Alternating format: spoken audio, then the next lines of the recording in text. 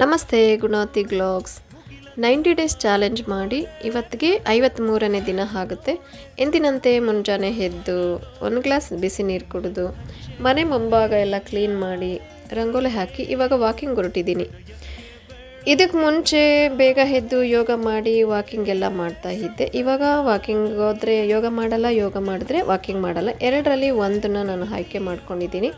ಯಾಕಂದರೆ ಆಲ್ರೆಡಿ 53ನೇ ದಿವಸ ಅಷ್ಟರಲ್ಲಿ ನಾನು 3 kg ಇವಾಗ ಸಣ್ಣ ಹಾಕಿದ್ದೀನಿ. ಸಾಕು, ಇರೋ ವೆಯ್ಟನ್ನು ಹಾಗೆ ಮ್ಯಾನೇಜ್ ಮಾಡ್ಕೊಂಡು ಹೋಗೋಣ ಅಂಥೇಳಿ ವಾಕಿಂಗ್ ಮಾಡ್ತೀನಿ, ಇಲ್ಲಾಂದರೆ ಯೋಗ, ಎರಡರಲ್ಲಿ ಒಂದನ್ನು ನಾನು ಮಾಡ್ತೀನಿ.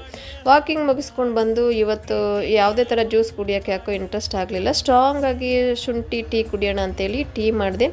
ಟೀ ಕುಡಿದು ಮನೆಯೆಲ್ಲ ಕ್ಲೀನ್ ಮಾಡಿ ಚಪಾತಿ ಮಾಡಿ ಇಟ್ಬಿಡೋಣ, ಬ್ರೇಕ್ಫಾಸ್ಟ್ಗೆ ಚಪಾತಿ ತಿನ್ನೋಣ ಅಂತ ಹೇಳಿ ಚಪಾತಿ ಮಾಡ್ತಾಯಿದ್ದೀನಿ. ರಾತ್ರಿ ಸಾಂಬಾರು ಜೊತೆಗೆ ಚಪಾತಿ ಮತ್ತು ಒಂದು ಬನಾನಾ.